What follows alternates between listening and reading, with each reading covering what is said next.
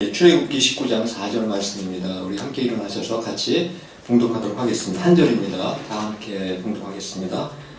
내가 애굽 사람에게 어떻게 행하였음과 내가 어떻게 독수리 날개로 너희를 업어 내게로 인도하였음을 너희가 보았느니라. 아멘. 앉아주시겠습니다.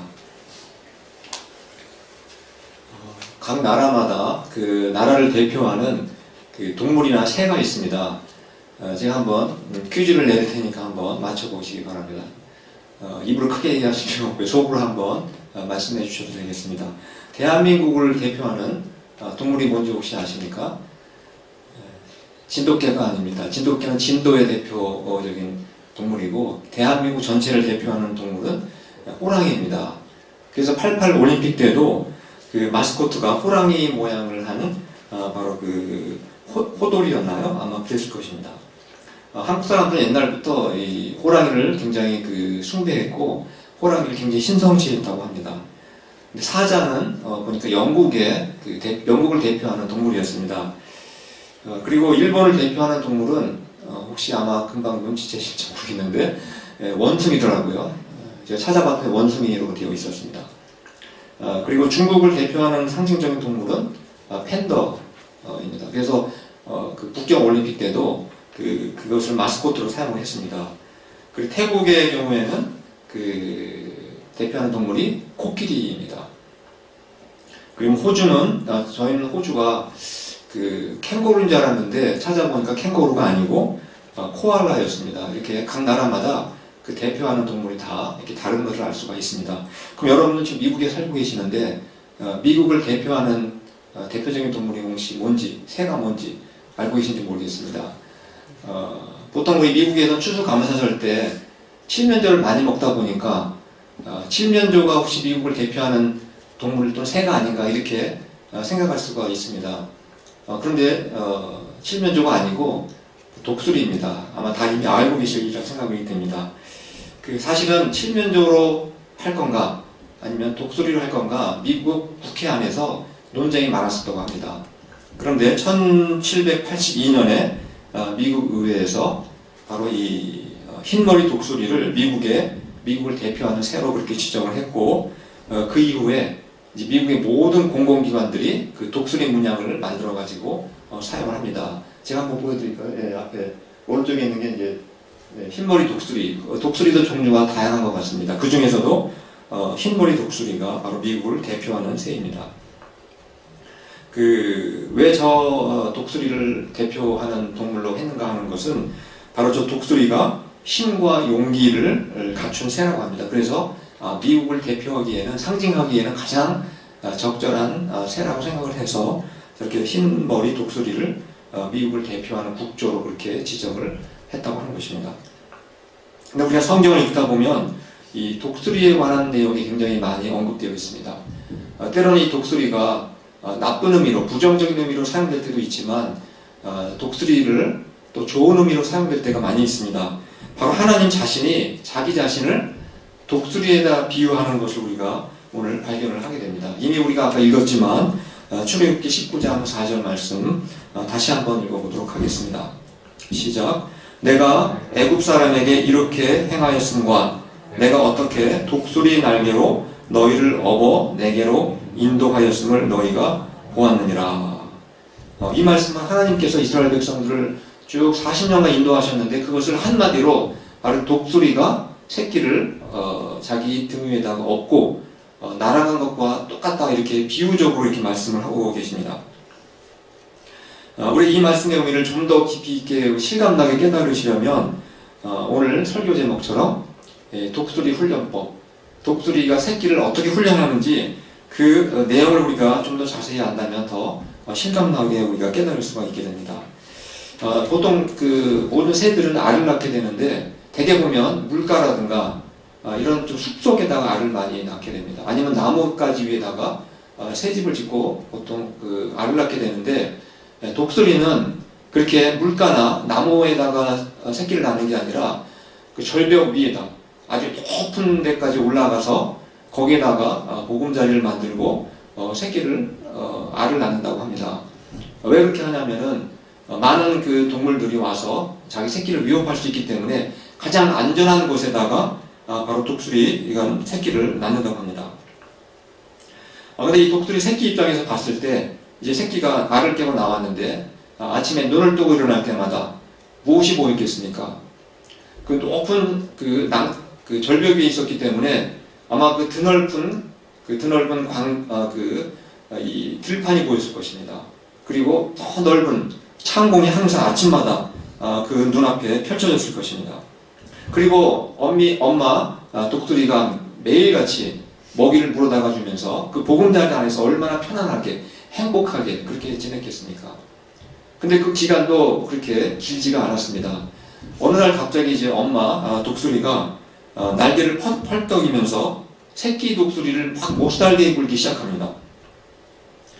새끼 입장에서 보면 엄마 독수리가 갑자기 그동안에 자기에게 너무 잘해주었는데 갑자기 자기를 날개로 막 밀어버리고 괴롭히는 것을 보면서 혹시 엄마가 정신 이상이 생기지 않았는가, 아마 이러한 오해를 분명히 했을 거라고 생각이 됩니다. 근데 어미는 계속해서 한 번이 아니라 계속해서 새끼를 못 살게 합니다. 날개로 계속 밀어버립니다. 할 수 없이 새끼는 이제 힘이 없으니까 보금자리에서 밀려나게 되고, 그러다가 결국은 기어나와서 어떻게 하다 보니 낭떠러지 밑으로 이렇게 떨어지게 된다는 것입니다.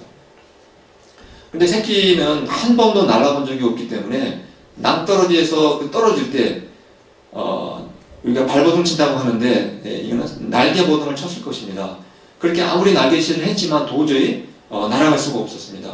이제는 죽었구나라고 생각을 했는데 어느 순간 갑자기 저 다른 곳에서부터 엄마 독수리가 나타나서 새끼 독수리를 넓은 날개로 받쳐가지고 다시 원래 있던 그 보금자리로 그렇게 날아가는 것을 목격할 수가 있게 됩니다. 바로 그 모습이 한번 사진 보시면 저런 식으로 바로 날개짓도 못하는 그 새끼 독수리가 떨어질 때 엄마 독수리가 저렇게 밑으로 내려와서 날개로 받치는 장면을 저렇게 사진으로 찍어놓은 것입니다. 근데 이 엄마 독수리가 한 번만 이렇게 했으면 좋은데 날마다 저렇게 하는 것입니다. 날마다 계속해서 보금자리만 오고 나면 또 그 다음날 또 날개로 밀어버리고 낭떠러지로 떨어지게 되고 또 다시 받쳐서 또 원래 있는 위치로 또 날아오는 이러한 것들이 계속 반복이 되었습니다. 한 번만 해도 정신이 아찔할 것 같은데 계속해서 이렇게 똑같은 일이 반복이 되니까 새끼 입장에서 어떻겠습니까? 정말 엄마가 얼마나 원망이 되었고 얼마나 불평이 쏟아져 나왔겠습니까? 엄마가 왜 이럴까? 날 죽이려고 하는구나. 제발 그만 좀 해주세요. 라고 아마 간절히 울부짖었을지도 모를 것 같습니다. 그런데 어느 날 또 역시 이제 엄마가 자기를 밀쳐내가지고 결국은 낭떠러지 밑으로 떨어지게 되었는데 예전 같았으면 발버둥 치면서 떨어졌을 텐데 이제는 자기가 자기 날개로 유유하게 날아가는 자기의 모습을 처음으로 발견하게 됩니다. 그리고 이제 먹이도 자기가 사냥해서 먹는 자기의 모습을 발견하면서 그동안 엄마가 나를 왜 그렇게 못살게 굴고 나를 왜 그렇게 괴롭혔는지 비로소 그 이유를 깨닫게 되고 엄마가 나를 일부러 못살게 군 게 아니었구나. 그걸 깨닫고 엄마에게 이제 감사하는 마음을 분명히 가졌을 것이라고 생각을 하게 됩니다.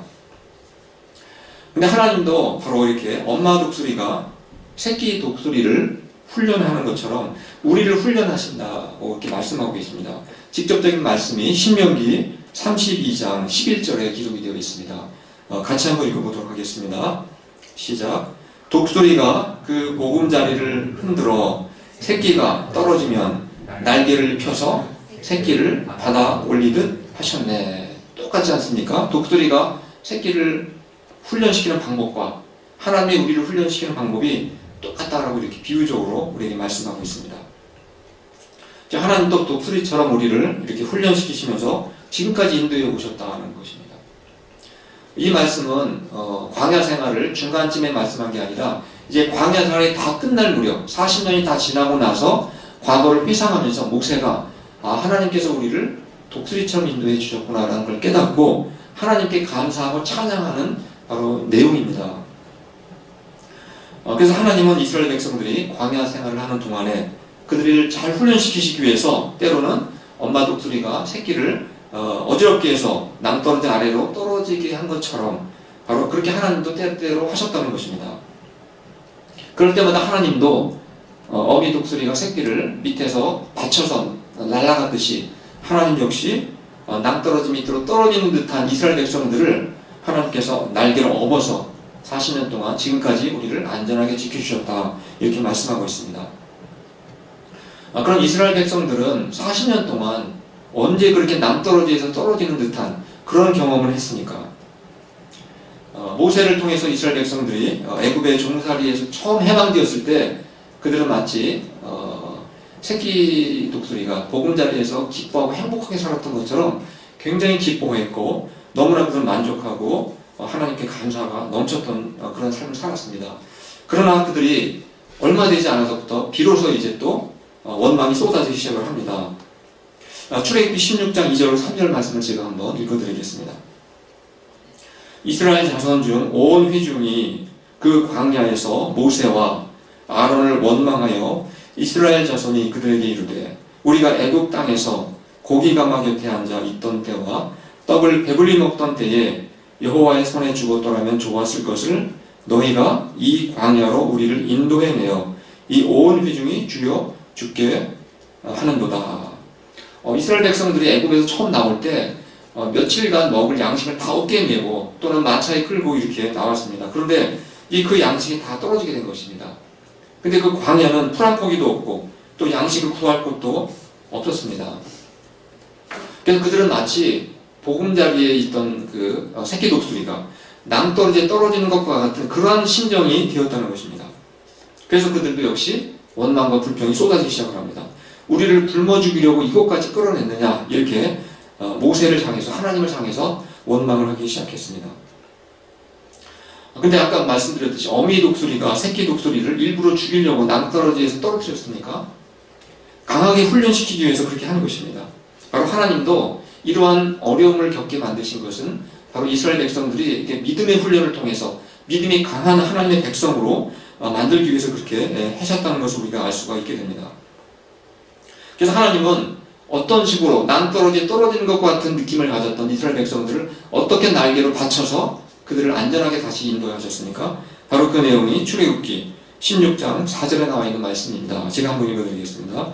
그때 여호와께서 모세에게 이르시되 보라, 내가 너희를 위하여 하늘에서 양식을 비같이 내리리니 백성이 나가서 일용할 것을 날마다 거둘 것이라. 그들은 양식이 없어서 당장 죽을 것 같았는데 낭떠러지에 떨어지는 그 새끼 독수리처럼 금방 죽을 줄 알았는데 하나님께서 갑자기 만나를 내려주시기 시작을 하셨습니다. 그래서 그들은 40년 내내 단 한 사람도 굶어 죽지 않고 안전하게 광야 생활을 그들이 거쳐갈 수가 있었습니다.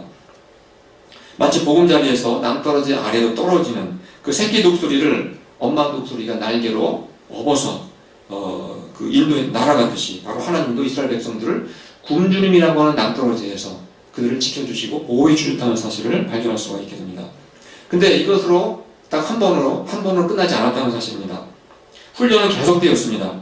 이번에는 먹을 밥이 없어서가 아니라 마실 물이 없어서 다시 한번 그들이 하나님께 원망과 불평을 하게 됩니다. 아무리 밥이 많고 빵이 많아도 물이 없으면 먹기가 참 어렵습니다. 저는 지금 미국에서 벌써 16년 가까이 살고 있지만 지금도 국이 없으면 밥을 잘 먹지를 못합니다. 목이 막히는 것 같아서 음식이 넘어가지 않는 것을 경험하게 됩니다. 이스라엘 백성들도 이제 만나는 내려왔지만 목을 축축하게 좀 적실 물이 없다 보니까 또다시 하나님 앞에 원망하기 시작했고, 그리고 물이 계속해서 없게 되면 아무리 밥이 많아도 사람들은 목말라 죽을 수밖에 없는 것입니다. 그러나 그들은 그런 상황이 되었을 때 그 과거에 하나님이 베풀어 주셨던 은혜를 또다시 망각하게 된 것입니다. 하나님께서 처음 우리가 낭떠러지에 떨어지는 것 같은 경험을 했을 때 만나를 내려주셨던 그런 그 때를 기억을 했어야 되는데 까마득하게 다 잊어먹고 말았습니다. 그래서 그들은 또다시 우리가 낭떠러지에 떨어져 죽게 되었구나, 이런 생각을 하게 되었습니다.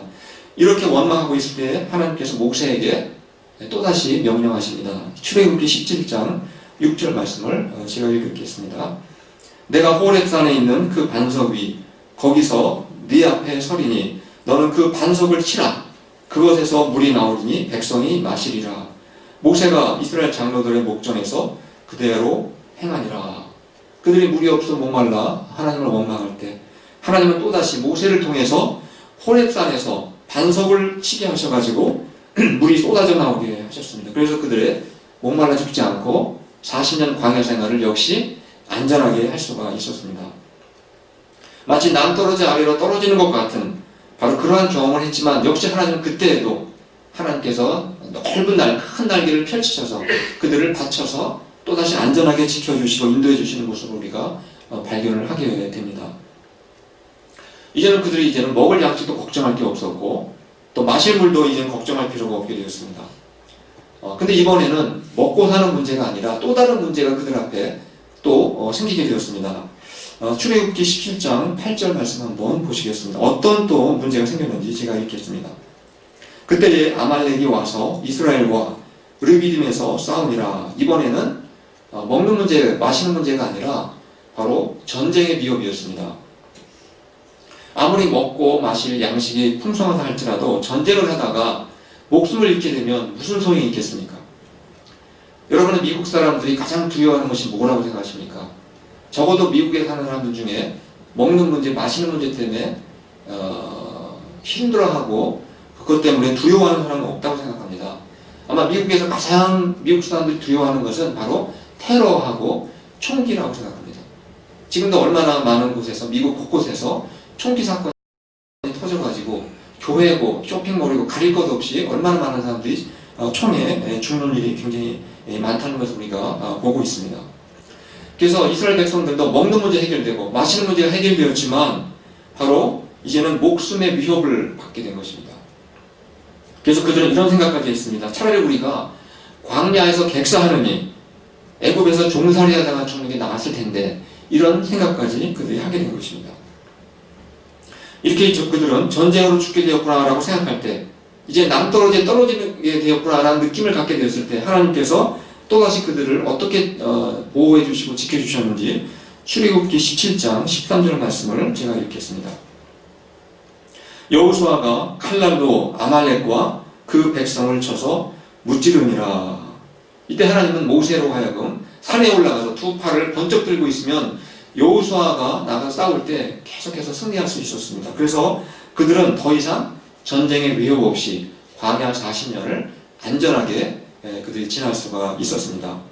마치 엄마 독수리가 새끼가 남떨어져 아래로 떨어질 때 큰 날개를 펴서 그들을 받쳐서 안전하게 날아갔듯이 하나님은 역시 이 전쟁이라고 하는 남떨어지를 통해서도 안전하게 그들을 지켜주셨다는 사실을 발견을 하게 됩니다. 지금까지 우리는 하나님께서 이스라엘 백성들을 어떻게 독수리 훈련을 시키셨는지 3번의 경우를 우리가 살펴보았습니다. 근데 이스라엘 백성들이 광야 40년 동안 이렇게 남떨어지에서 떨어지는 경험을 단 3번밖에 안 했겠습니까? 우리가 민수기를 읽어보시면 이스라엘 백성들은 이 3번 이외에도 굉장히 다양하고 많은 남떨어지에서 떨어지는 듯한 이러한 경험들을 겪었다는 사실을 발견을 하게 됩니다. 그럼 하나님께서는 계속되는 그 훈련을 통해서 이스라엘 백성들을 계속 훈련시키시는 것을 우리가 발견을 하게 됩니다. 아마 여러분 중에 혹시 그 이후에 구약 성경을 읽어보시면서 구약에 나오는 인물 중에서 이 독수리 훈련법을 가장 혹독하게 받은 사람이 누구라고 생각하십니까? 아마 가장 대표적인 사람을 한 명 예로 든다면 저는 다윗이라고 생각을 합니다. 다윗은 한 20살 정도 되었을 때 사무엘 선지자가 그의 머리에 기름을 부어서 왕으로, 넌 앞으로 왕이 될 것이다, 이렇게 기름부음을 붓게 됩니다. 그러나 그는 나중에 골리앗과의 전투에서 승리한 후, 싸움에서 승리한 후에 사울 왕의 시기와 질투를 받게 되어서 결국은 도망자로 10년 동안 그 고생을 하게 됩니다.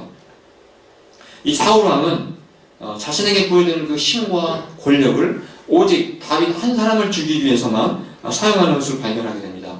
그래서 다윗이 악기 연주를 잘했는데 사울 왕이 두통으로 괴로워할 때 그를 그 음악으로 치료해주기 위해서 악기 연주할 때에도 다윗을 죽이기 위해서 단창을 던져서 죽이려고까지 했습니다.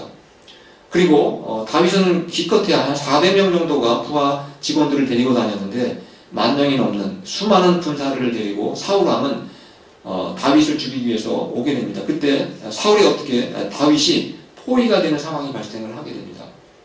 그래서 꼼짝없이 죽을 수밖에 없었지만 또 하나님께서는 블레셋을 통해서 블레셋이 사울을 공격하게 하셔서 그 죽음의 위협에서 또다시 하나님께서 보호해 주시는 그러한 장면을 우리가 발견을 할 수도 있게 됩니다. 근데 사울이 이렇게 많은 낭떠러지에서 떨어지는 듯한 경험을 많이 했지만 최고로 힘들었던 경험이 있었습니다. 언제인 것 같습니까? 다윗이 자기의 부하들과 전쟁하러 나갔을 때, 나갔다가 집에로 돌아왔는데 자기의 가족과 자기 부하들의 가족이 다 포로로 잡혀가게 됩니다. 그리고 몰살을 당할 수밖에 없는 위험에 처하는 그러한 위기에 처하게 됩니다. 아마 이것은 다윗이 겪었던 최고로 위험했던 낭떠러지 떨어지는 경험이었을 것이라고 생각합니다. 더군다나 자기의 부하들, 자기를 따라다니는 그 부하들이 어떻게 했습니까? 자기들의 가족이 죽게 되었다고 다윗을 돌을 쳐서 죽이려고까지 하게 됩니다. 그때가 다윗에게는 최고의 위기였고 가장 어려웠던 순간이었습니다. 그러나 하나님은 그때에도 어미 독수리처럼 큰 날개를 펼치셔서 다윗과 그의 모든 부하들을 안전하게 그 가족들도 다 돌아오게 그렇게 해서 지켜주시는 장면을 발견을 하게 됩니다. 최고로 고통스러웠고 최고로 힘들었던 훈련을 통과했던 그 다윗에게 어떠한 일이 생기게 됩니까? 그 바로 직후에 마침내 10년 만에 다윗은 이 유다족 속의 왕으로 등극하게 됩니다. 그리고 또다시 7년이 지나고 나서 이스라엘 전체의 왕으로 그가 세워짐을 받게 되는 것을 우리가 성경을 통해서 발견을 하게 됩니다. 지금까지 우리는 이스라엘 백성이 그 광야 훈련을 어떻게 받았는지 또 다윗이 받은 훈련이 어떠했는지에 대해서 쭉 말씀을 드렸습니다. 근데 이러한 훈련은 이스라엘 백성들과 다윗에게만 해당이 되는 것이겠습니까?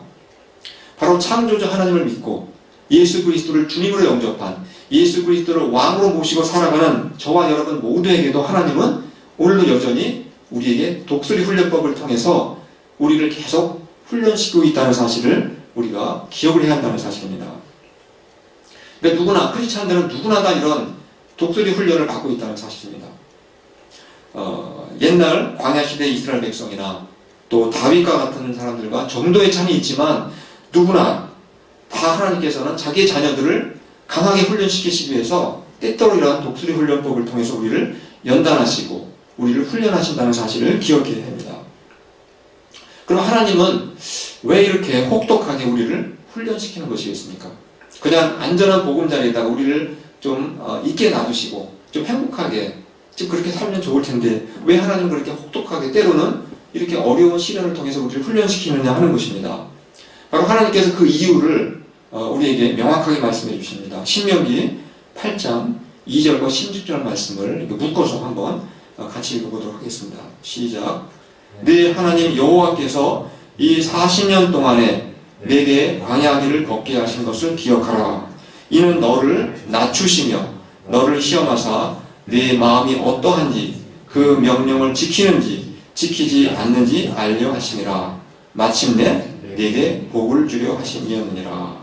이게 바로 하나님의 우리를 왜 훈련시키시는지 그 이유와 목적에 대해서 설명하는 중요한 구절입니다. 하나님께서 우리에게 독수리와 같은 훈련법을 우리에게 하시는 이유는 바로 우리를 어떤 사람을 만들기 위함이라고 했습니까?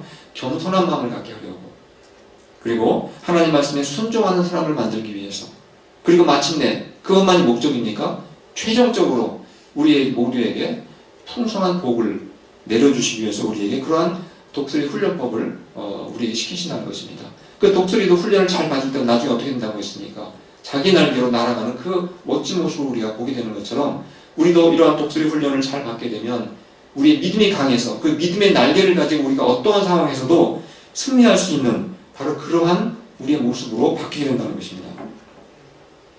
아마 저는 오늘 예배에 참석하신 여러분들도 그동안 인생을 살아오시면서 낭떠러지에서 떨어지는 듯한 이러한 수많은 경험들을 분명히 하시면서 지금까지 살아오셨을 것이라고 생각을 합니다.